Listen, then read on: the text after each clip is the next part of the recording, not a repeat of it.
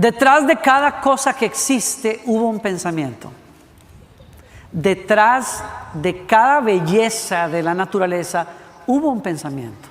Detrás del agua y la luz, detrás de los mares y de las plantas, alguien pensó reflejar una belleza y un misterio de su persona antes de que existieran.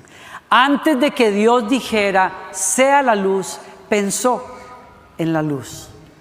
Y cuando Él habló, siguiendo ese pensamiento, lo que vino es exactamente lo que hoy vemos como la belleza de la luz. Detrás del ser humano, detrás de un hombre y una mujer, detrás del misterio que es el matrimonio y los hijos, hubo un pensamiento. Y Dios dijo, hagámoslo conforme a nuestra imagen y semejanza y gobierne. Y cuando Dios lo hizo fue exactamente como lo había pensado y dijo, me encanta lo que hice. Todo sigue un pensamiento. Detrás de los edificios que usted ve, de las obras de arte más admiradas, detrás de un vestido que usted disfruta ponerse, hubo alguien que pensó. Detrás de un cohete que lleva un proyecto para poblar Marte en el futuro, hubo muchos pensamientos. Muchos pensamientos. Detrás de cada cosa buena que usted pueda ver en el mundo, hay un pensamiento. Hay pensamientos también detrás de cada infidelidad. Hubo un pensamiento detrás de un crimen. Hubo un pensamiento detrás de la depresión, de la inseguridad, del temor.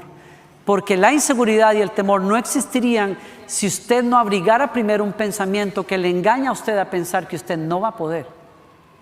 Que eso va a acabar con su vida.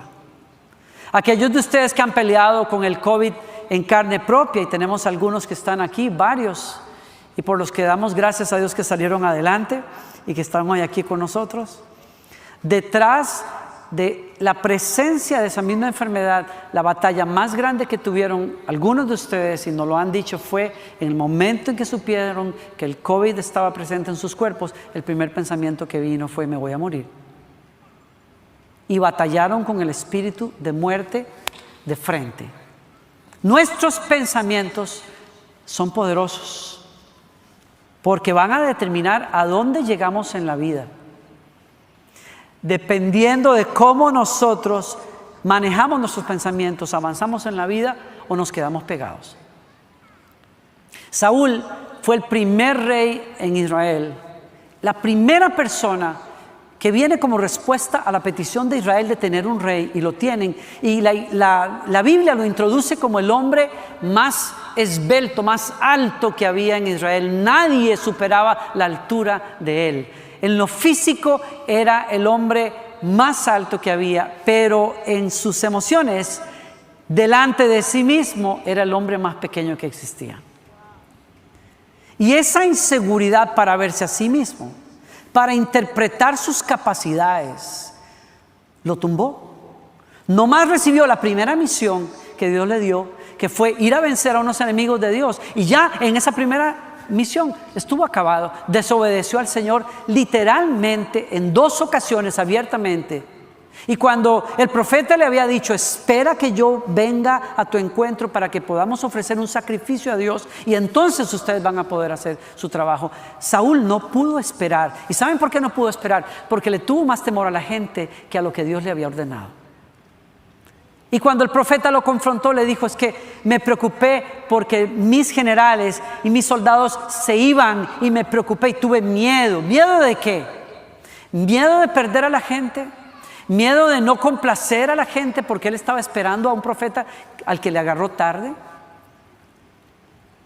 Y en esa primera misión se vino al piso. Y en las palabras del profeta, cuando lo confronta, el profeta le dice, ¿cuál es la razón? La razón de su falla es, le dice, basta, escucha lo que el Señor me dijo anoche. ¿Qué te dijo?, preguntó Saúl. Y Samuel le dijo, aunque te tengas en poca estima, ¿acaso no eres el líder de las tribus de Israel?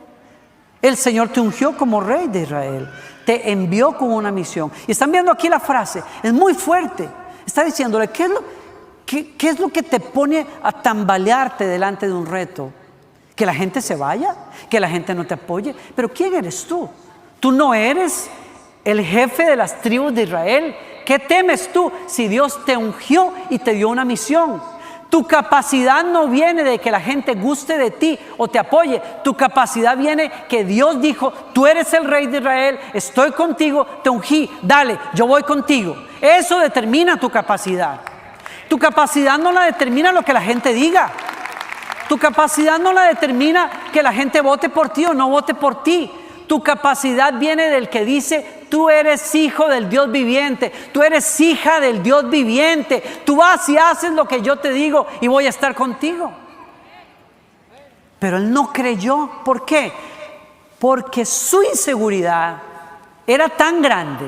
Dice una traducción por ahí en otra parte que Saúl se veía de menos a sí mismo. Esa inseguridad vino de un pensamiento. Y ese pensamiento que Saúl decidió abrigar por tantos años y de tantas formas, terminó siendo un bloqueo al llamado de Dios en su vida. Estamos diciendo, ¿se acuerdan ustedes cuando Pablo habla en el Nuevo Testamento y dice que nuestra lucha no es contra carne ni sangre, sino contra principados y potestades, con huestes espirituales de maldad en lugares celestes?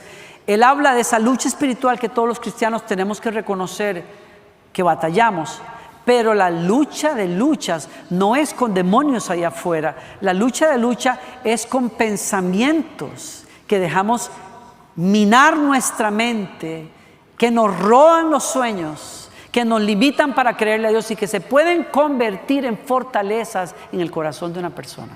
Porque aunque Dios diga: te ungí y te llamé como rey, algo por dentro te dice: porque tú no eres capaz. ¿Y qué haces con ese pensamiento? Anulas lo que Dios dice. Eso es una fortaleza espiritual. Entonces tú puedes decir: no, vamos a orar, vamos a ir a una montaña y vamos a bajar las potestades que están contra esta ciudad, pero realmente no nos tomamos el tiempo de subir a las montañas de nuestra mente, donde el enemigo sembró minas de mentira y las hemos dejado ahí intactas.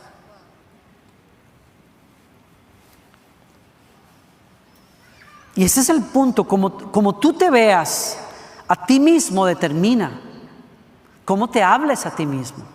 Y esos pensamientos y esas palabras te van a impulsar en la vida o te van a amarrar.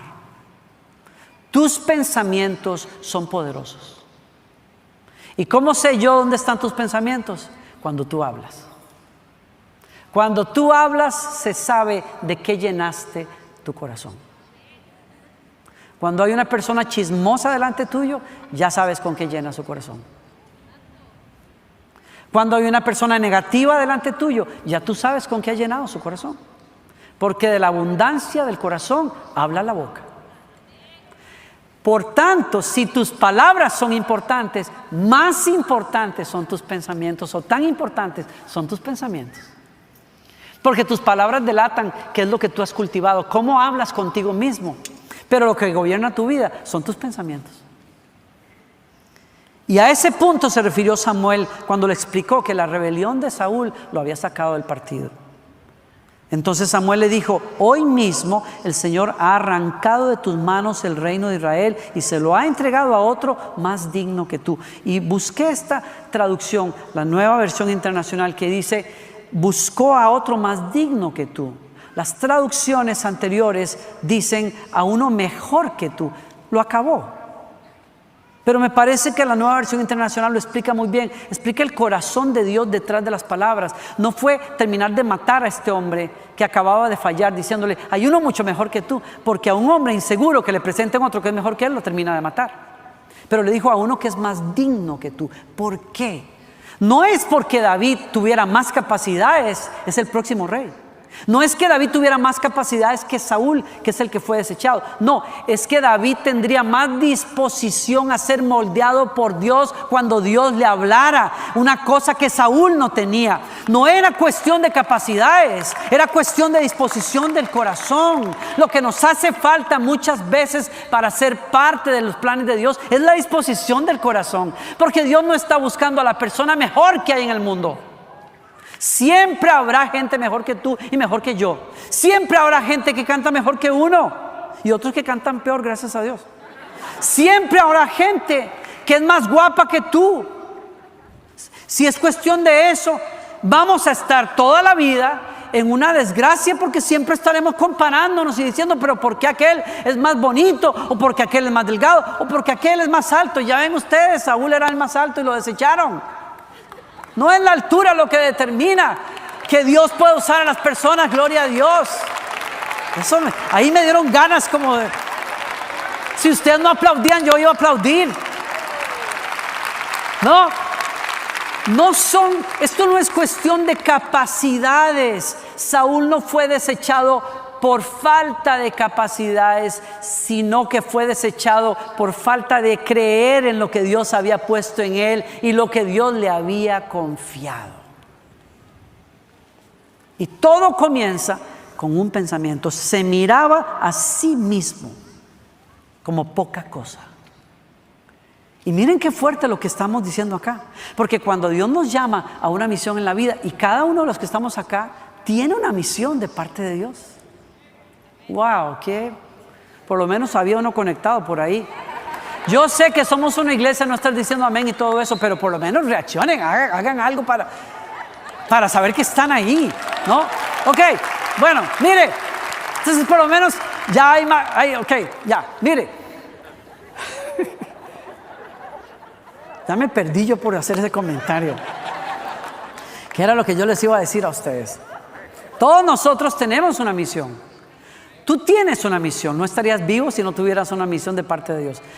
Tu cultura, tu formación, lo que has vivido, tus estudios, todo tiene un propósito. Dios tiene un propósito y va más allá de las bendiciones que Él te da de ser padre, de ser esposo, de ser madre, de ser profesional. Dios tiene una misión que te confía, donde quiera que estás. Pero depende que tú lo creas. Depende que tú lo aceptes. Depende que tú digas, Señor, yo en lo natural quizás no sea digno, pero si tú me llamas, yo soy digno. Si tú me ordenas, yo estoy ungido, yo estoy capacitado, yo voy a hacer lo que tú dices. Y voy a ser un buen padre, y voy a ser un buen profesional, y voy a ser un hombre de negocios, una mujer de negocios, porque tú estás conmigo y tú me has confiado algo. De lo contrario, yo no estaría vivo. Pero si estoy vivo es porque Dios tiene una misión conmigo y la tiene contigo. El punto es, ¿vas a aceptar eso y a creerlo o te vas a limitar? Muchos de nosotros estamos apagando los sueños de Dios por pensamientos. Y muchos nos estamos impulsando porque hemos creído en Dios. ¿No?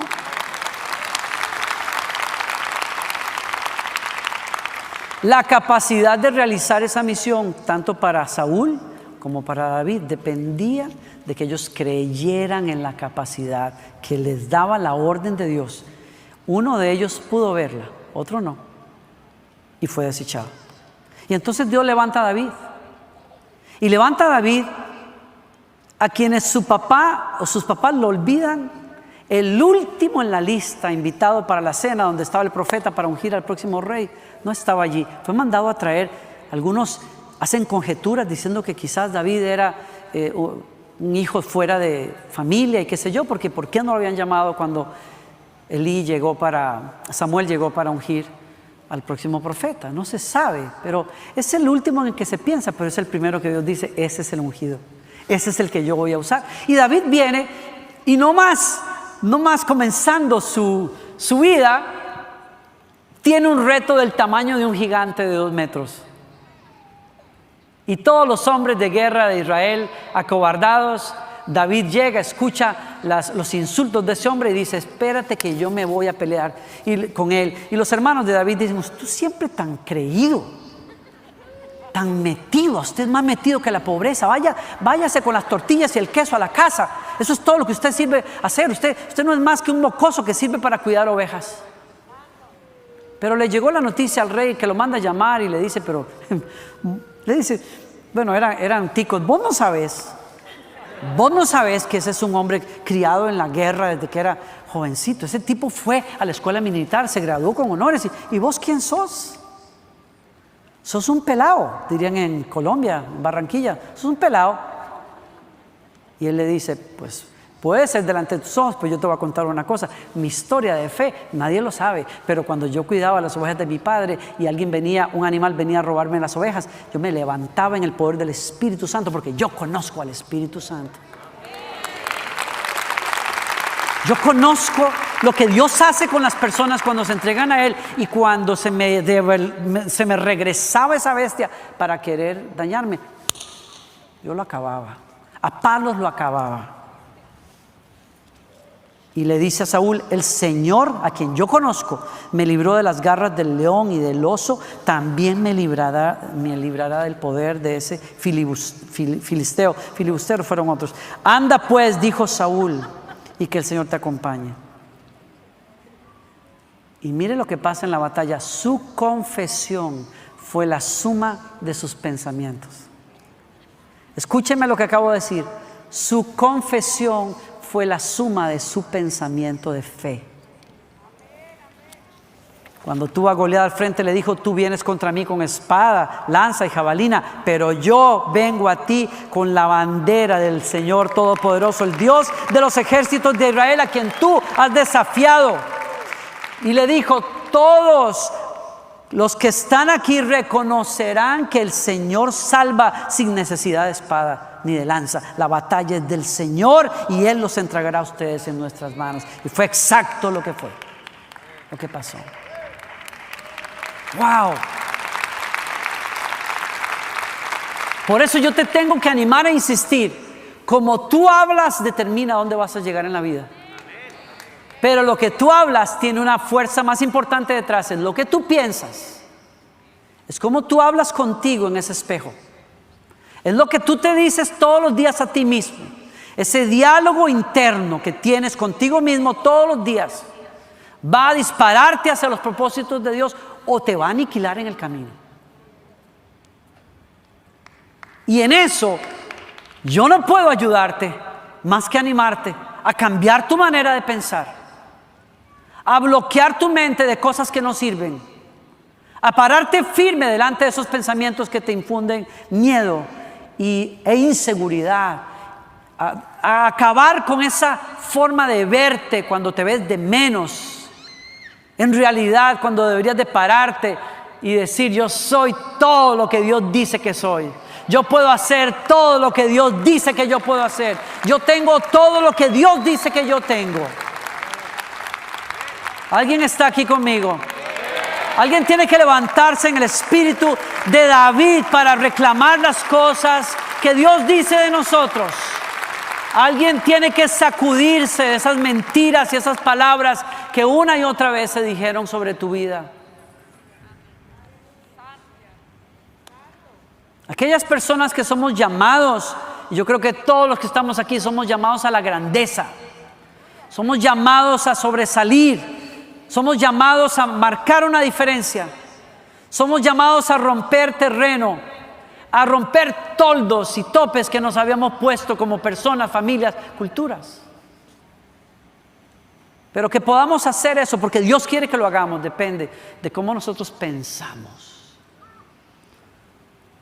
Hoy tenemos una familia, los Cavazos, que están celebrando la graduación de su hija, y yo te aplaudo por eso. Y aplaudo también a tu hermano, que pude estar en la graduación de él hace unos años.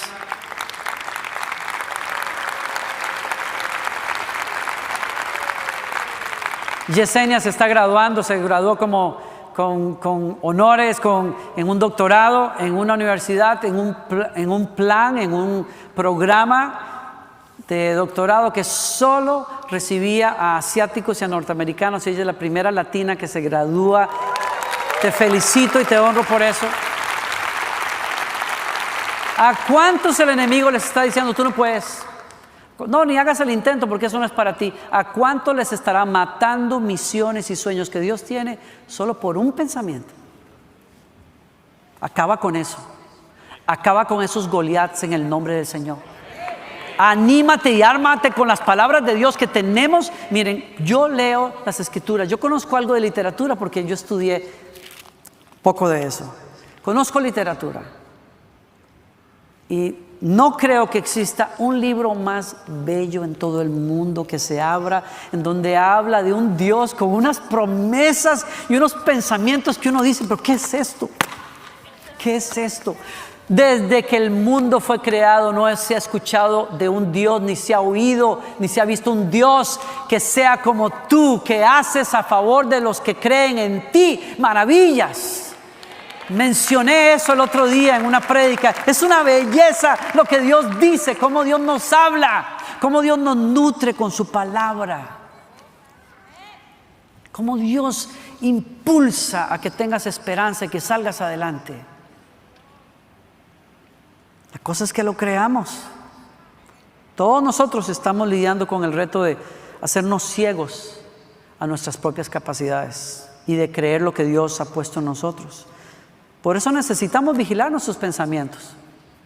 Saúl no pudo, no vio esos ángulos ciegos, no permitió que cuando Dios venía a afirmarlo, no permitió que Dios lo sacara de esa desconfianza, esa inseguridad que tenía. Todos tenemos puntos ciegos, todos tenemos lugares donde no podemos ver las capacidades que Dios nos ha dado y los llamados, y es difícil eso, es muy difícil. Podemos tener posiciones que Dios nos da, privilegios que Dios nos da, pero si nos dejamos guiar por esos puntos ciegos y no nos dejamos ayudar, podemos perder la batalla. Yo tengo un lugar de honor muy grande el dirigirme a ustedes casi todas las semanas desde este lugar, pero eso que es un privilegio tan grande, eso es mi reto más grande en la vida el día de hoy. Comunicar la palabra. Y ni se diga en un mundo de internet donde yo escucho a predicadores tan extraordinarios todo el tiempo y me nutro de personas y predicadores que admiro, pero muchas veces cuando uno se baja de este púlpito uno dice, ay Dios mío, mejor. Y no estoy pidiendo cumplidos aquí a través de este comentario. Estoy siendo honesto con ustedes. No es fácil. Yo tengo la responsabilidad y sé que Dios me ha ungido para esto. Pero cuando uno es perfeccionista como yo lo soy, el perfeccionismo te lleva a los detalles. Quieres ser excelente en todo. Y cuando te das cuenta que te quedas corto muchas veces, te golpea muy duro. Son ángulos ciegos que todos tenemos. Nos pueden hacer chocar si no nos dejamos ayudar, si no nos ponemos pilas. Por eso te he aconsejado, número 1, ¿cómo lidiamos con estos ángulos ciegos que todos tenemos? ¿Cómo hacemos con eso? La palabra del Señor. Vuelvo a decirte, acércate a la palabra del Señor. Hay gente que se acerca a la palabra del Señor para volarse garrote. Bueno, es parte del mismo problema, sí. Hay gente que se acerca. Yo no sé si a ustedes les ha pasado. A mí me ha pasado que, les explico, que he abierto un día la Biblia, por ejemplo, y comienzo a leer una de las profecías. Hoy en la mañana estaba leyendo la Biblia y lo que leí fue la profecía del Señor contra Tiro y Sidón. Y comienzo a leer aquello y dije, ay Dios mío, si yo estuviera enfermo del corazón y leo esto, digo, ay Señor, el juicio de Dios va a caer sobre mí porque estoy leyendo esto, Señor, ¿qué me quieres decir algo? ¿No? ¿A alguien le habrá pasado eso?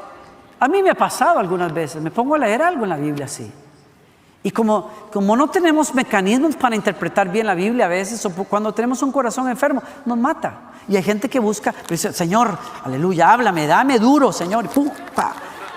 ¿Y saben qué pasa? Yo todavía me admiro cómo hay grupos cristianos en donde los púlpitos se usan para herir y golpear a las personas y darles duro, y los lugares están llenos. Es que a la gente le gusta que le huelen garrote. Mi filosofar me lleva, yo le doy vueltas por todos lados y a la conclusión a la que yo llego es, a la gente le gusta que le huelen garrote. ¿Saben por qué? Porque estamos tan acostumbrados a herirnos a nosotros mismos que lo mejor que nos puede pasar es un predicador que nos golpee bien duro. Y ahí decimos, gloria a Dios. Ahí sí hay unción, aleluya. Ahí me están dando duro, gloria a Dios. Así me gusta. Sí, claro, porque estás acostumbrado al garrote.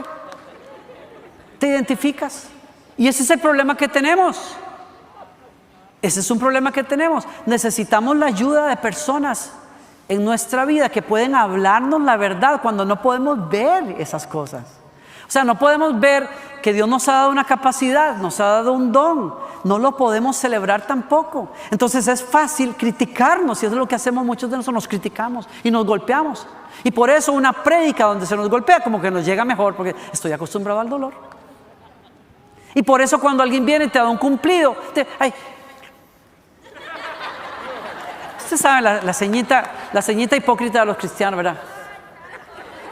No, la gloria no sea para mí, sea para decir, mi hijo, pero te están dando un cumplido. Lo menos que puedes hacer es decir gracias.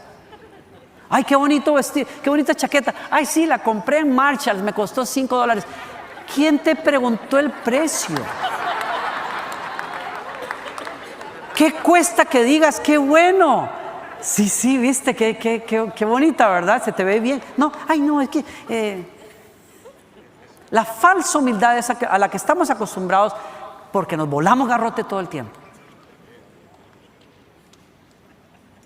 Ahí viene Samuel a decirle a Saúl, pero ¿qué es lo que tienes en la cabeza, Saúl? Si eres el tipo más brillante que hay por acá, Dios te escogió por algo. Eras un buen hijo, andabas buscando las mulas perdidas de tu papá y por eso Dios te llamó, porque eras obediente, eres un buen muchacho, Dios te puso como rey. ¿Qué más te falta? Te dieron la unción, porque yo mismo te ungí. Te dieron el llamado de la misión, tienes el privilegio de guiar al pueblo escogido de Dios y ahí estás de bobo creyéndote poca cosa. La gente viene a darnos cumplidos y no podemos aceptarlos, y por eso mi recomendación es, tú tienes que tener personas que saben celebrarte. Tú tienes que tener personas a las que les permites curarte de esos ángulos ciegos de crítica que tienes, ¿no? Otra cosa que les quería decir aquí terminando esto. Tú tienes que ser el primer porrista de tu vida. Tú tienes que ser el primero que te celebras las cosas. Porque, oye, especialmente en la época de las redes sociales, a ti te van a sobrar las personas que te maldigan y te critican. Te pusiste el vestido rojo. ¿Por qué te pusiste ese vestido rojo? No estoy hablando a nadie. Pero es que hay cosas que me pasan a mí que yo no entiendo. Tere, yo en este instante que dije eso, te miré con el vestido rojo y dije, ay Dios mío, voy a voltear a ver a otro lado mejor.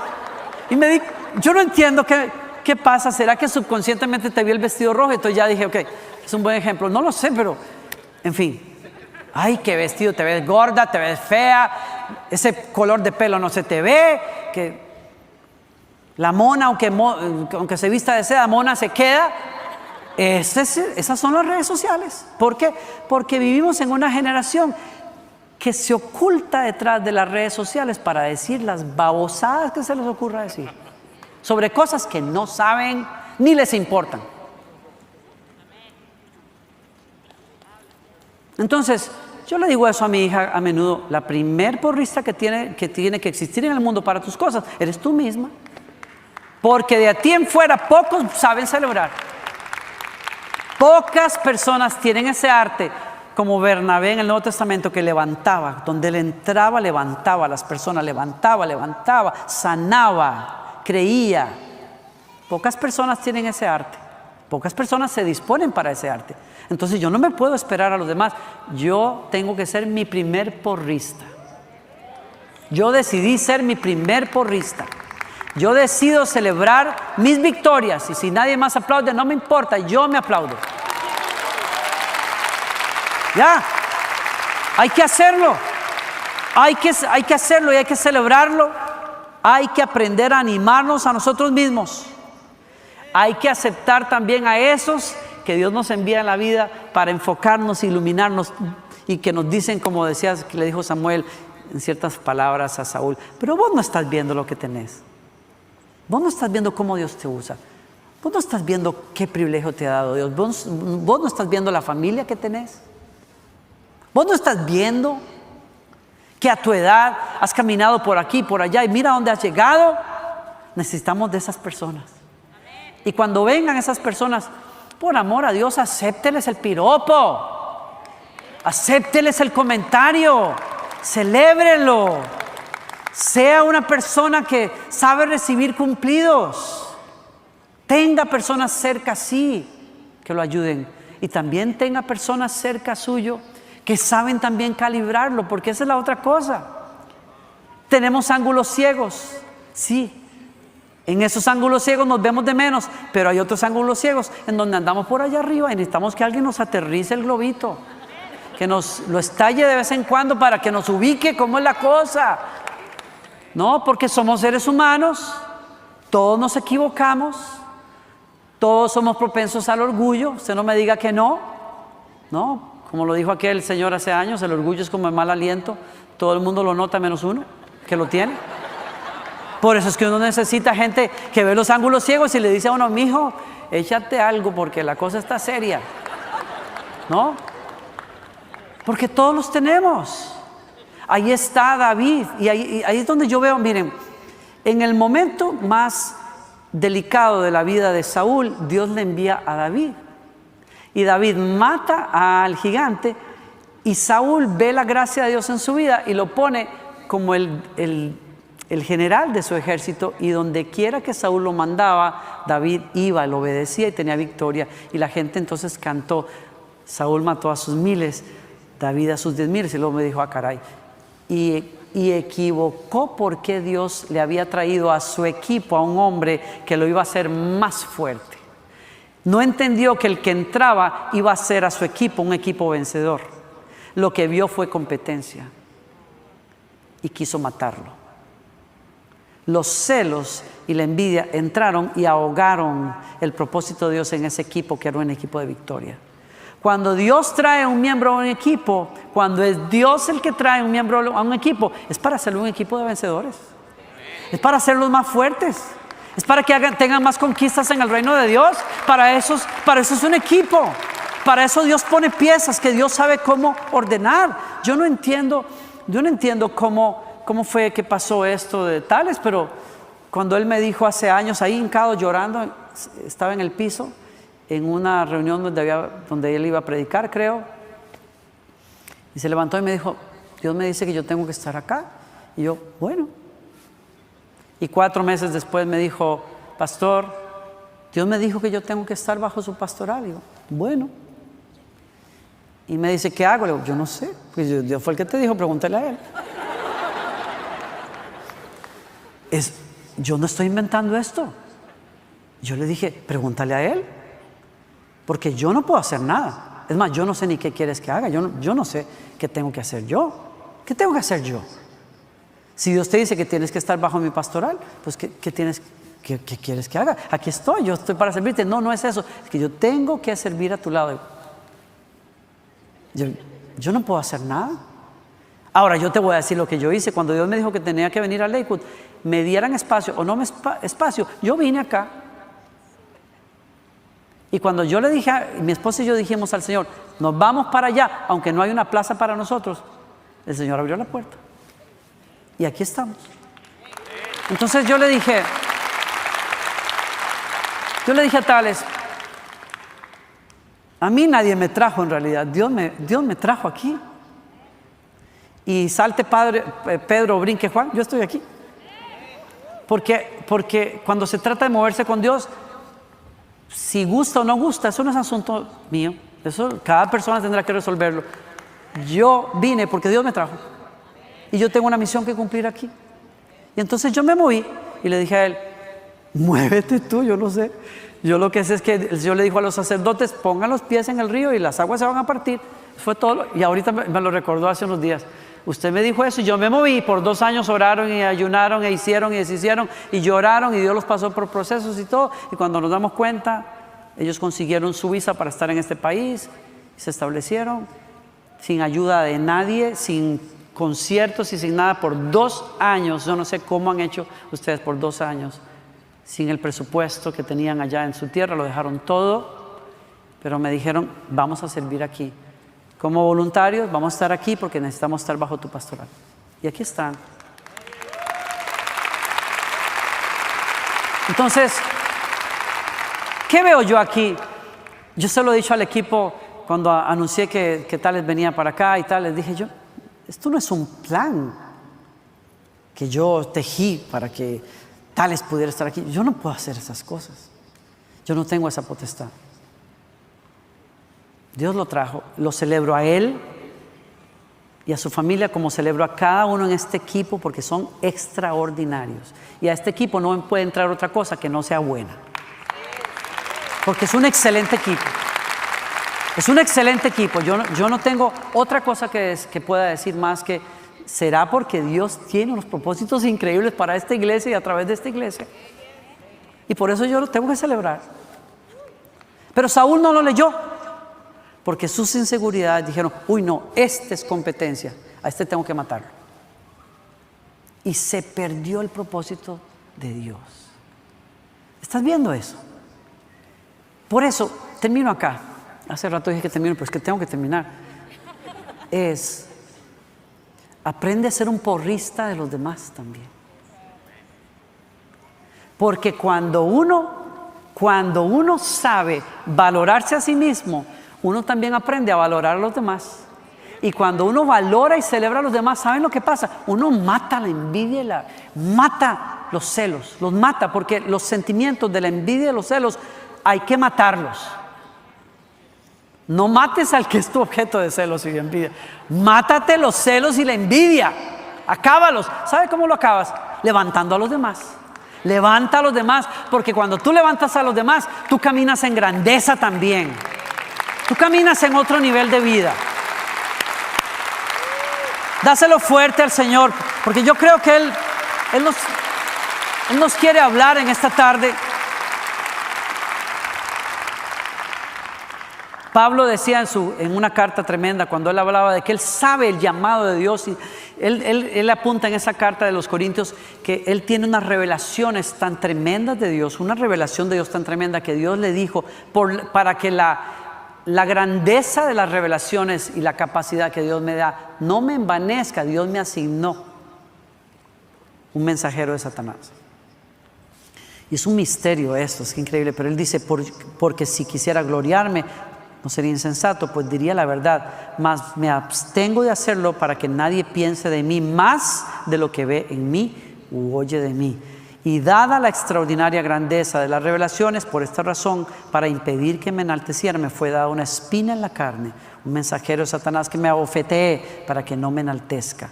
Acerca de esto 3 veces rogué al Señor que lo quitara de mí, y Él me ha dicho: bástate mi gracia. Y ahí es donde yo digo que para los que lidiamos con ángulos ciegos de inseguridad, Dios envía ángeles que nos animan. Así es mi esposa para mí también. Mi porrista número 1 es mi esposa. Cuando yo voy de regreso a mi casa criticando qué dije, qué no dije, mi terrible manejo del tiempo hasta hoy, después de tantos años, ella no es que me aplaude las cosas, me dice lo que tiene que decirme, pero me anima. Y después del Señor, el ánimo que necesito es ese, la verdad. Pero también me ubica. Es una representante del Espíritu Santo tremenda. Sabe cómo ubicarlo a uno también, y lo necesito. Y ahí voy al otro lado. Cuando no es que nos caemos, sino que nos creemos, ¿no? Los que somos de otra generación siempre hablamos de que a veces el problema que tenemos con los jóvenes y las generaciones mileniales y los que siguen es: ellos se creen que ellos lo saben todo. Eso es uno de los análisis que hay por ahí.